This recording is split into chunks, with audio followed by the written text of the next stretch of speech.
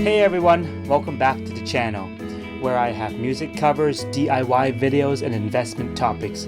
If you're new here, I'm Kane. Today, I'm super excited to introduce you to something that I've put together to help you analyze real estate deals faster and easier. It's called the Property Analyzer for investors. Whether you're new to investing or a seasoned pro, this tool is designed to save you time. Be sure to copy this sheet onto your Google Drive so that you can have editing capabilities. Some analyzers are very complicated, but I built this for myself and I like simplicity. This analyzer gives you a preliminary idea of your investment. Or if you're a first-time home buyer, this tool will help as well. So, without further ado, let's get to it. Okay, what you see here is the analyzer. It is quite short, it's only 44 rows. I like to keep it that way. There are 5 sections to this. At the top here, it is called the purchase section. Underneath the purchase section, we have the annual income section. And then below that, it is the annual expenses. And then we have the annual debt service. And then we have the ROI section. So let's go back up to the top and I'll describe about what each section does. At the very first, on row 3, you can input the property's address.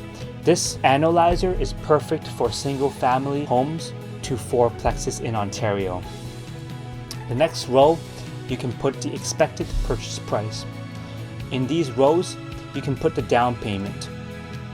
Normally, the lender would lend you 80% if you have 20% down when you're purchasing a home, or 35% plus if you're purchasing an investment property. The legal fees is $2,000 plus HST. This number was pulled from experience, and also it tends to be the average when I speak to other lawyers within my area when you're purchasing single family to 4plex properties and when you're closing under a personal name. If you're closing under a corporation, then the cost may be higher. For the appraisal, I did $650 plus HST. That tends to be the average for single family homes to 4plexes. It's a bit on the higher side, but it's better to overestimate than to come short.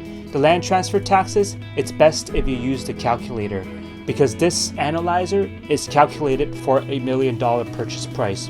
And if you click on this, you can see that the calculation is set for $1 million. So I'll show you how to use the website later. I have a link to that.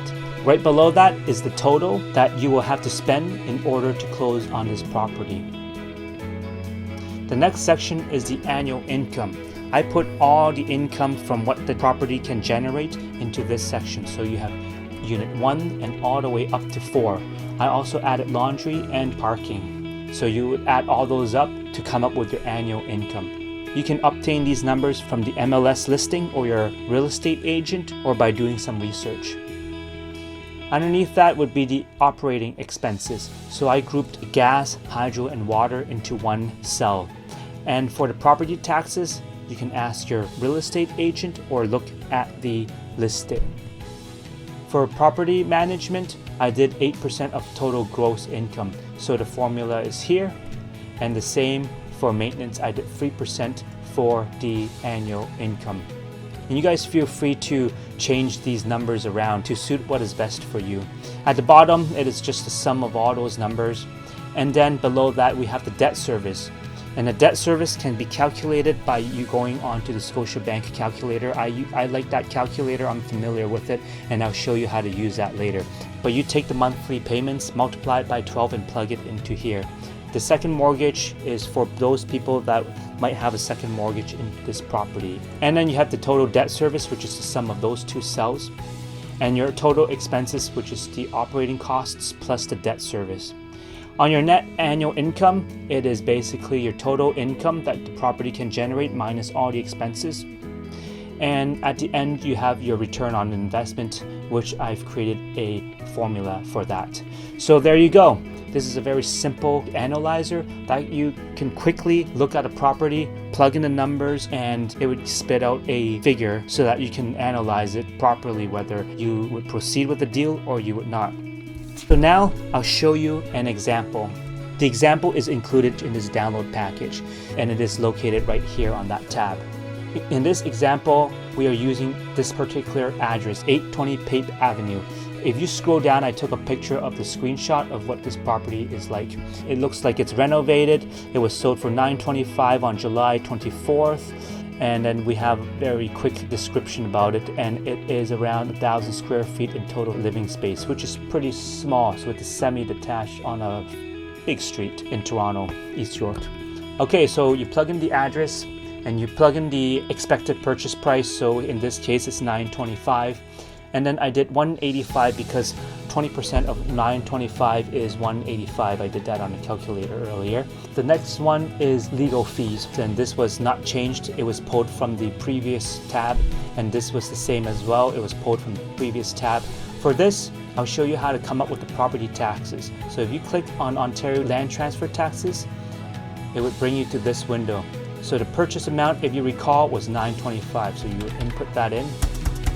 So now, if you're purchasing in Toronto, there are two taxes, a provincial and a municipal land transfer tax, and those are at the same rates, and that comes up to around $30,000.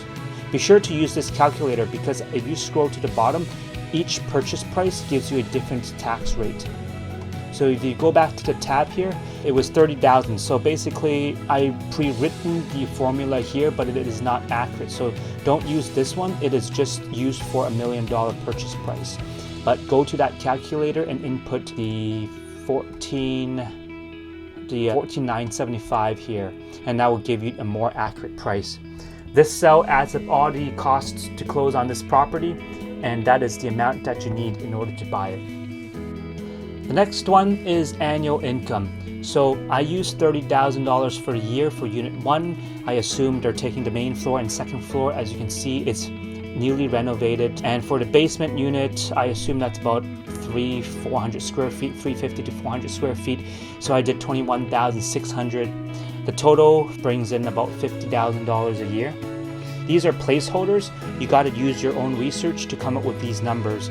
I pulled these numbers off from experience and by doing a quick search online for some comparables. But ask your agent, look at websites like viewit.ca, Facebook Marketplace to pull out some of these numbers so that you can get a rough idea of what the property can be rented out for. A property is this size, I'm quite familiar with it, costs around $600 a month. It's on the higher end, but I like to be aggressive on my calculations so I won't be surprised when I end up purchasing the property. For gas, hydro, water, if multiplied that by 12, gives you $7,200 a year. The property taxes came up from here, $44.85, so I plugged that in there, $44.85. Property management, there's no change. If you plug in these numbers, these automatically fill because I already written the formula in there. So the total would be $17,000 and change for operating costs. And right below that, the next step would be the debt service. So if you click on the Scotiabank mortgage calculator, I'll teach you how to do that. This figure here is actually incorrect because you're not borrowing $925.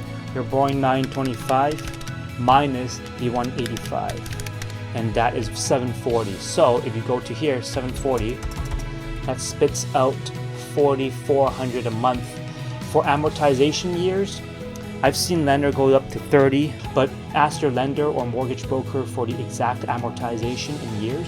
And then the interest rate, you can also ask your mortgage broker or your lender as well. But for now, I'll use these two as default. So $4,400 a month times 12.